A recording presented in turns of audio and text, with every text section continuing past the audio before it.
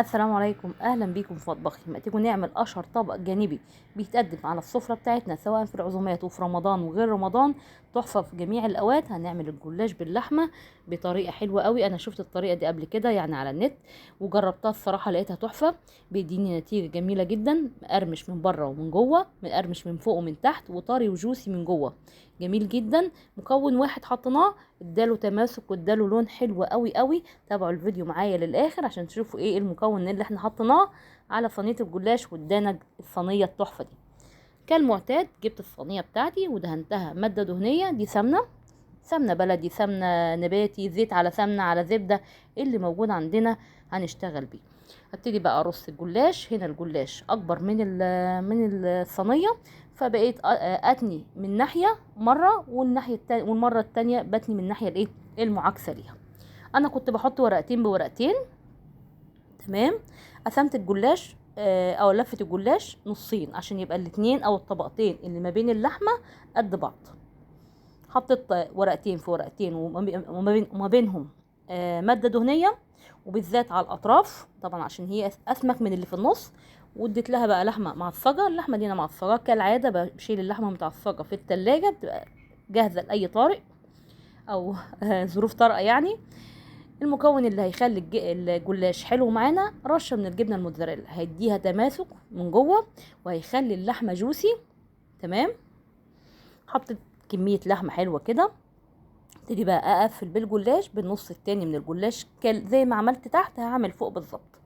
تمام. ورقتين ورقتين كده، واتك على الاطراف في الماده الدهنيه لحد اخر ورقه. اخر ورقه انا مش هدهنها دلوقتي، الاول هقطع الجلاش وبعد كده هدهنها، لان لو دهنتها هتغلبني في التقطيع. هنا بدكك الاطراف عشان طبعا الحشو ما تطلعش بره. ادككها بايديا، بشوكه، بسكينه، باي اداه عندك اللي هتساعدك في الحركه دي، استخدميها. ابتدي بقى اقطع الجلاش بالتساوي. خدت النص طبعا الاول وبعد كده النص قسمته النص، وهكذا عشان القطعه تبقى قد ايه بعضها. عايزين تكبروا في الحجم عن كده اللي يعجبكم. يعني ممكن تعملوا الصينيه على الطول تقطعوها على 2، بس انا مقطعها على 3. تمام. باقي الماده الدهنيه احطها على الوش، وزي ما قلت لكم برضو نتك على الاطراف بتاعتنا. انا ما كترتش ماده دهنيه، تقريبا حطيت معلقتين او معلقتين ونص من السمنه كده كويس قوي. مشغله الفرن بتاعي طبعا. ابتدي بقى اسقي الجلاش بايه. عندي كوبايه من اللبن او الحليب، وعليهم بيضايه واحده، مش محتاجه اكتر من بيضايه. في ناس بتعمل الجلاش من غير بيض لان ما بيحبوش الزفاره بتاعه البيض. حطيت شويه فلفل اسود، والمكون التاني برضو هنحط شويه جبنه موتزاريلا كده، هتديها لون حلو وهتخلي برضو القطع متماسكه مع بعضها. ممكن نرشها على الوش الجبنه ونرش عليها اللبن والبيض، او ممكن نحطها في اللبن والبيض زي ما انا حطيت. هسقي بقى الجلاش كده بالخليط ده. ممكن نحط شويه انا نسيت حطيت معلقه صغيره من البيكنج باودر عشان طبعا يديني هشاشه في الجلاش. ما الحته دي ما اتصورتش للاسف. تمام. اتاكد بقى ان الجلاش كده اتشرب تماما من الماده دي. تمام. حتى هجيب سكينه كده وافتح الاطراف عشان اضمن ان الصوص ده دخل ما بين طبقات الجلاش.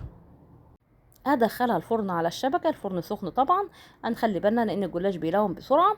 حطيتها حوالي 10 دقايق في الارضيه وبعد كده رفعتها على الشبكه.